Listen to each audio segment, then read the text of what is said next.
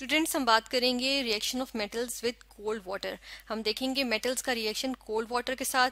इससे पहले हमने देखा था जब रिएक्टिविटी सीरीज देखी थी, ठीक है ना, जिसमें हमने मेटल्स की जब रिएक्टिविटी सीरीज देख रहे थे उसमें हमने क्या बात की थी कि हम मेटल्स की रिएक्टिविटी को जांचने के लिए या उसको असेस करने के लिए हम क्या देखते हैं, हम देखते हैं कि वो जो हमारे पास मेटल है उसका रिएक्शन हम देखते हैं।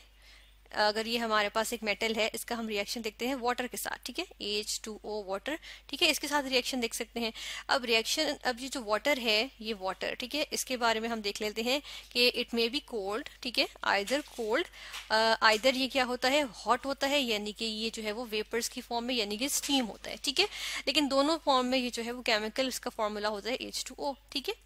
तो हम ये देख लेते हैं कि रिएक्टिविटी सीरीज हमारे पास आ गई, जिसमें हम देखते हैं कि जो मेटल्स हैं ये ऊपर से स्टार्ट हो रही हैं, ठीक है ना, जो हाईली रिएक्टिव है, ठीक है, या फिर ऐसी मेटल्स जो क्या करती हैं, जिस तरह से पोटेशियम है या सोडियम है, वो ऐसी मेटल्स जो क्या करती हैं, जो फौरन से जो है वो अपना इलेक्ट्रॉन जो है वो लूज कर देती हैं, यानी कि इलेक्ट्रोपॉजिटिव कैरेक्टर शो करती हैं, ठीक है, और खुद किस में बन जाती हैं, केटाइन या मेटल आयन में बन जाती हैं, ठीक है, जिस तरह के पॉजिटिव यानी पोटेशियम आयन के फॉर्म में बन जाती हैं, ठीक है।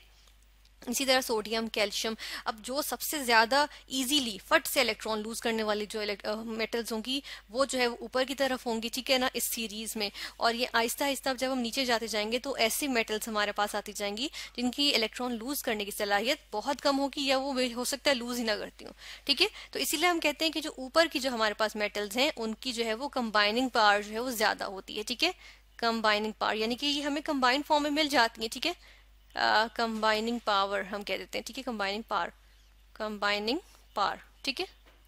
तो कंबाइनिंग पावर इनकी ज्यादा होती है, ये बॉन्ड्स बनाती हैं, ठीक है, ये जो है वो कम ही हमें नजर आती हैं कि ये जो है वो एलिमेंटल फॉर्म में एग्जिस्ट कर रही हूँ, ठीक है, यानी कि एटम्स की फॉर्म में एग्जिस्ट कर रही हूँ। जबकि हम कॉपर, सिल्वर, गोल्ड और platinum, specially silver, gold, platinum, इनकी अगर हम बात करें तो ये यूजुअली जो है वो केमिकल बॉन्ड्स जो है वो कम ही बनाती हैं, ठीक है ना। इनके हम देखते हैं कि ये लीस्ट रिएक्टिव हैं, या फिर इनको हम जो है वो नोबल मेटल्स भी कह सकते हैं, क्योंकि ये बहुत कम बनाती हैं, इनकी जो बॉन्डिंग होती है, केमिकल बॉन्डिंग, वो कम होती है, ठीक है, इनको हम नोबल मेटल्स भी कहते हैं। तो अब हम ये देख लेते हैं कि हमने कहा कि जो हाईली रिएक्टिव हैं वो इलेक्ट्रॉन बहुत इजीली लूज करती हैं, ठीक है। इसका मतलब है जब ये इलेक्ट्रॉन इजीली लूज करेंगी तो जो वाटर में हमारे पास हाइड्रोजन आयंस होंगे और क्या होते हैं, OH नेगेटिव आयंस होते हैं, ठीक है ना। तो इससे ये जो है वो इसमें आराम से जो है वो अपनी इसमें शो कर सकती है अपनी एसोसिएशंस या अपनी बॉन्डिंग जो है वो इनके साथ एफिनिटीज शो कर सकती है, ठीक है।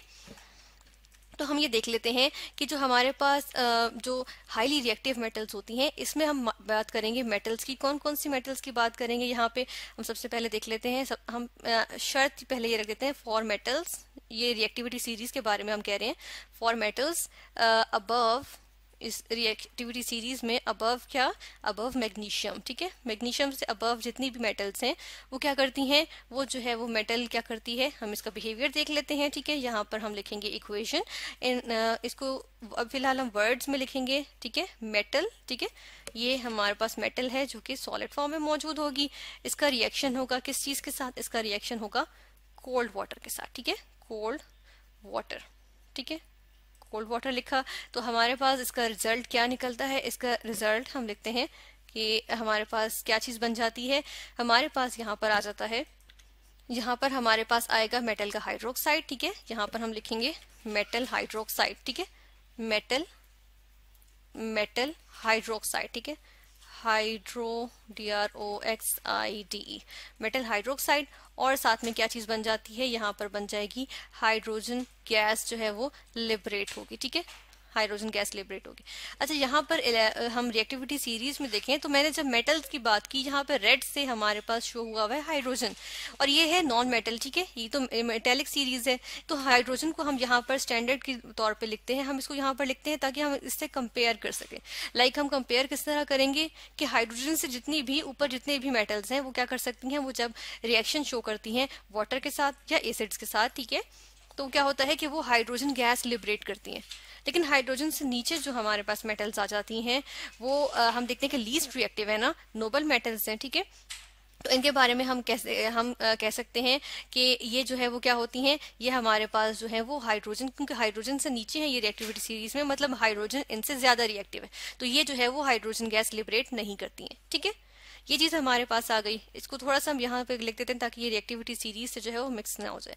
ठीक है, इसको हम यहाँ पर कर देते हैं, इसको यहाँ पर कर दिया। ठीक है, और हम देख लेते हैं कि हमारे पास इसके नतीजे में यहाँ पर क्या चीज़ आ जाती है। यहाँ पर हमारे पास कुछ एग्जांपल्स आएंगी, कुछ रिएक्शंस आएंगे। ठीक है, जिस तरह से हम सोडियम के साथ देख लेते हैं। ठीक है ना, अगर हम सोडियम के साथ देखें जो बहुत एक ऑब्जर्वेशन भी है। ठीक है, ये एक डेंजरस रिएक्शन भी हो सकता है। जिस तरह से यहाँ पर हम लिखेंगे कि मेटल में ले लेती हूँ सोडियम। ठीक है, सोडियम का टुकड़ा लिया मैंने और उसको मैंने क्या किया, उसको जो है वो मैंने कोल्ड वाटर में डाल दिया। ठीक है, H2O लिया है जिसका जो टेम्परेचर का कम है। ठीक है, कोल्ड वाटर है, तो क्या होगा मेरे पास जो है वो यहाँ पर सोडियम हाइड्रोक्साइड तो बन जाएगा। ठीक है ना, सोडियम हाइड्रोक्साइड। अब यहाँ पर हमने क्या कहा था, वाटर जो है वो क्या करता है, वाटर जो है वो हाइड्रोजन आइंस बनाता है और क्या चीज बनाता है, हाइड्रोक्साइड आइंस बनाता है। ठीक है, चलिए OH को हम सही तरह लिखते हैं, हाइड्रोक्साइड आइंस। तो ये जो हाइड्रोक्साइड आइंस हैं ये क्या होते हैं, ये पोटेशियम आइंस या जिस तरह मेटल के आइंस हैं, ठीक है ना, केटाइंस हैं, उनसे ये जो है वो रिएक्ट कर जाता है और हमारे पास क्या चीज आ जाती है, हमारे पास आ जाता है मेटल हाइड्रोक्साइड। ठीक है, इस तरह से यहाँ पर आया। और साथ में क्या चीज होती है, साथ में जो है वो हाइड्रोजन गैस, जिस तरह से हमने इस वर्ड इक्वेशन में हमने शो किया है, ये हमारे पास आ गई हाइड्रोजन गैस। ठीक है, अब होता क्या है कि इस रिएक्शन के नतीजे में बहुत ज्यादा हीट भी निकलती है। यहाँ पे हीट जो है मैं रेड से शो कर रही हूँ। ठीक है, ये हमारे पास हीट भी जो है वो निकली है। ठीक है ना, बहुत ज्यादा हीट निकली है, यानी कि ये रिएक्शन क्या है, एक्सोथर्मिक रिएक्शन है, यानी कि ऐसा रिएक्शन जिसके नतीजे में हीट रिलीज होती है। ठीक है, ये ऐसा रिएक्शन है। तो इस रिएक्शन के नतीजे में हम देख रहे हैं हीट रिलीज हुई है और वो जो हीट रिलीज होती है वो जो है वो उसकी वजह से हाइड्रोजन गैस जो है वो क्या करती है, आग पकड़ लेती है। ठीक है, और एक्सप्लोजन होता है। हम देखते हैं कि अगर जिस पानी में हमने जो है वो सोडियम का टुकड़ा डाला था वो जो है वो स्प्लैशिंग करता है। ठीक है ना, और इस वजह से जो है वो स्प्लैशिंग होती है और जो है वो एक्सप्लोजन होता है। ठीक है, तो ये डेंजरस भी हो सकता है। तो ये हमने देखा कि ये जो है वो जो हमारे पास हाईली रिएक्टिव मेटल्स हैं जैसे कि पोटेशियम है, सोडियम है, कैल्शियम है, तो ये ऐसी मेटल्स हैं जिनके हम देखते हैं कि इनके ये जो है वो जब कोल्ड वाटर से भी रिएक्ट कर जाती हैं। ठीक है, और जब कोल्ड वाटर से ये रिएक्ट करती हैं तो मेटल हाइड्रोक्साइड बनता है हमारे पास और हाइड्रोजन गैस लिबरेट होती है। लेकिन रिएक्शन हाईली एक्सोथर्मिक होता है जिसकी वजह से हम देखते हैं कि इतनी ज्यादा हीट एनर्जी रिलीज होती है जिसकी वजह से हाइड्रोजन गैस जो है इट कैचेस फायर। ठीक है, तो हम देखते हैं कि एक्सप्लोजन सा होता है और जो है वो पानी में स्प्लैशिंग होती है। तो ये हमने देखा है कि रिएक्शन मेटल्स का कोल्ड वाटर के साथ, जिसमें हमने देखा कि हाईली रिएक्टिव मेटल्स ही सिर्फ जो है वो कोल्ड वाटर से रिएक्ट करती हैं, यानी कि ऐसी मेटल्स जो अबव मैग्नीशियम हम जो रिएक्टिविटी सीरीज में देखें वो कोल्ड वाटर से रिएक्ट करके मेटल हाइड्रोक्साइड बनाती हैं और हाइड्रोजन गैस लिबरेट करती हैं।